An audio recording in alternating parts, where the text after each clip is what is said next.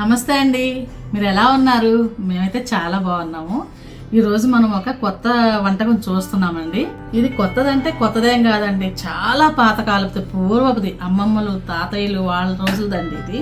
దీన్ని దిబ్బ రొట్టె అంటారండి. ఈ రోజుల్లో వాళ్ళకి ఈ జనరేషన్కి తెలిసి ఉండకపోవచ్చు, చాలా మందికి తెలిసి ఉండొచ్చు, తెలియని వాళ్ళు ఉంటారండి. వాళ్ళ కోసం చేస్తున్నాను. దీన్ని దిబ్బ రొట్టె అంటారండి. ఇది చాలా హెల్దీ అండి. ఇది నడుము నొప్పులు ఉండే వాళ్ళకి ముఖ్యంగా అండి, కొత్తగా మెచ్యూర్ అయిన పిల్లలు ఉంటారు కదండి, చిన్న పిల్లలు, వాళ్ళకి చాలా మంచిదండి ఇది. అలాగే డెలివరీ అయిన బాలింతలకు కూడా మంచిదండి, నడువుల నొప్పులు లేకుండా. ఈ దిబ్బ రొట్టె అనేది తింటే చాలా చాలా అంటే చాలా హెల్దీ అండి.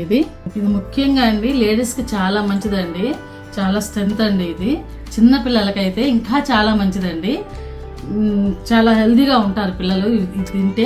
ఇది చేయటం కూడా ఈ ప్రాసెస్ చాలా ఈజీ అండి. ఇది ఎలా చేయాలో చూద్దాం రండి. ఈ దిబ్బ రొట్టెకండి మనం ఇదిగో ఈ కప్పు పొట్టు మినపప్పు నానబెట్టుకున్నామండి 4 hours ముందు. ఇలా నానిపోవాలి. ఇప్పుడు దీన్ని శుభ్రంగా కడిగి గ్రైండర్లో వేసుకుందాం. ఇదంతా పొయ్యే వరకు తెల్లగా కడుక్కోవాలండి. నేను కడిగి చూపిస్తాను మీకు గ్రైండర్లో వేసే ముందు. అలాగే ఏ కప్పుతో అయితే పప్పు తీసుకున్నామో అదే కప్పుతో ఇది బియ్యం రవ్వ అండి. ఈ బియ్యం రవ్వ 1 కప్పు తీసుకున్నాను.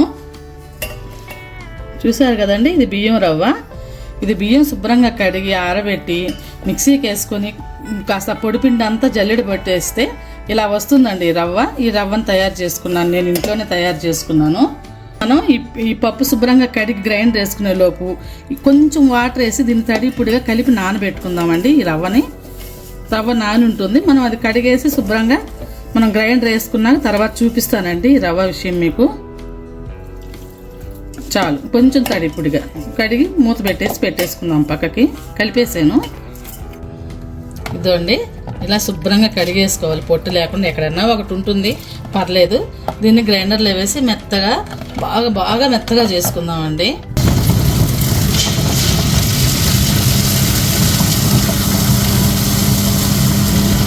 కొద్దిగా వాటర్ వేసుకోవాలండి, పిండి గట్టిగా ఉండాలి.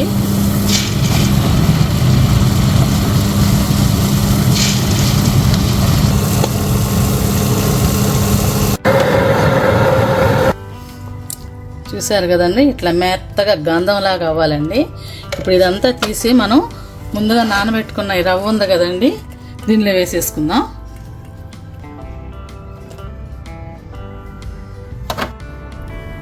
ఇదండి మనం రుబ్బుకున్న పొట్టు మినపప్పు పిండి అండి. ఇది మనం అడుగు మీద రవ్వ నానబెట్టున్నాం కదండి, ఇవి రెండు బాగా కలిపేసుకుందాం. ఇప్పుడు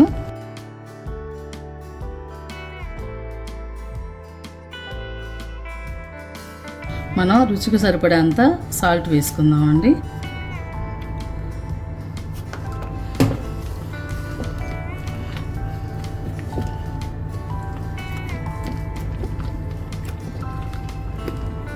ఇదండి కొంచెం గట్టిగా ఉంది కదండి, మనం గంటికి వచ్చేలాగా చేసుకోవాలి. కొంచెం వాటర్ వేసుకుందాం, కొంచెం వాటర్ వేసి కలుపుకుందాం.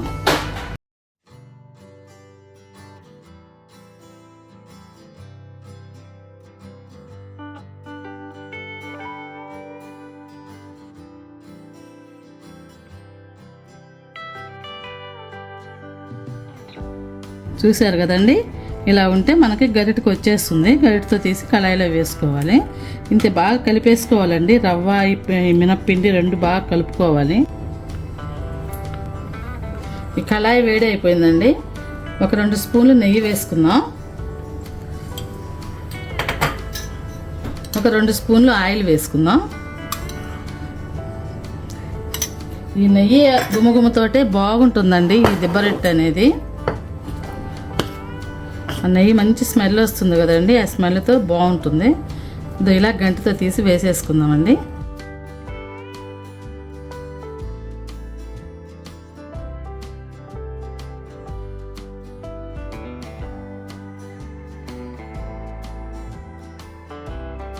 మనం పిండి ఎక్కువ వేసుకొని మందంగా వేసుకోవాలండి. దిబ్బ రొట్టె అనేది స్పాంజిగా వస్తుంది మనకి కాలేటప్పటికి.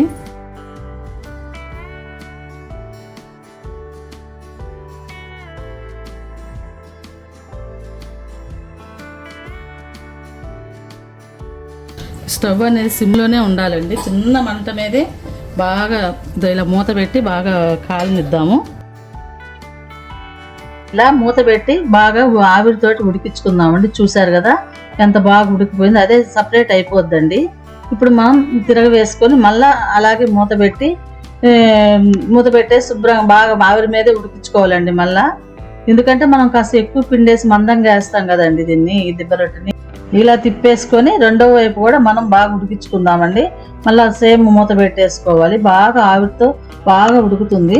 రెండో వైపు తిప్పాక ఒక 2 నిమిషాలు సరిపోద్దండి. ఇలా చూసారు కదా, ఇలా గోల్డెన్ కలర్ వస్తే సరిపోతుంది.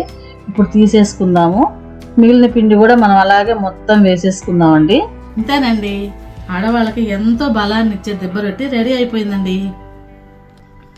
దీనిలో నెయ్యి, పొట్టు మినపప్పు ఇవన్నీ వేస్తున్నాం కదండి. ఎంతో బలం అండి. ఇది ఎంతో శక్తినిస్తుంది. మెచ్యూర్ అయిన పిల్లలకు కానీ, డెలివరీ అయిన వాళ్ళకి కానివ్వండి ఇది పెడితేనండి బాగా నడువుల నొప్పులు ఉంటాయి కదండి, అవన్నీ తగ్గిపోయి బాగా పిల్లలు శక్తివంతంగా తయారవుతారండి. దీనికి కాంబినేషను బెల్లం పాకం అండి. బెల్లం పాకం తినొచ్చు, లేదంటే చెరుకు రసంతో కూడా తినొచ్చండి. ఈ రెండింటి కాంబినేషన్ చాలా బాగుంటుంది. ఈ పచ్చి కొబ్బరి పాలు, ఈ బెల్లం పాకం ఇవి మనకండి. బాలింతలకైతే మాత్రం పచ్చి కొబ్బరి పాలు ఇవ్వద్దండి. బెల్లం పాకం లేదంటే ఇష్టం లేదంటే ఏదో పచ్చడి, పొడు, పండు మిరపకాయలు పచ్చడి దేంతైనా తినొచ్చండి. దేంతో తిన్నా చాలా బాగుంటుంది. చాలా ఎనర్జీ వస్తుంది. అలాగే పిల్లలకు కూడా చాలా మంచిదండి. కాస్త బలహీనంగా ఉండే పిల్లలకి రోజు ఒక్కటి చేసి పెట్టినా కానీ చిన్నది సరిపోతుందండి. చూసారు కదండి, ఫ్లఫీగా చాలా మెత్తగా ఇట్లా చూడండి, అట్లా ఎంత బాగుంటుందో స్పాంజ్ లాగా. ఇలా ఈ బెల్లం పానకంలో ఉంచుకొని తింటే అండి ఆహా మామూలుగా ఉండదండి. ఇది మీరు కూడా ఖచ్చితంగా తయారు చేసి ఎలా వచ్చిందో నాకు కామెంట్స్లో చెప్పండి.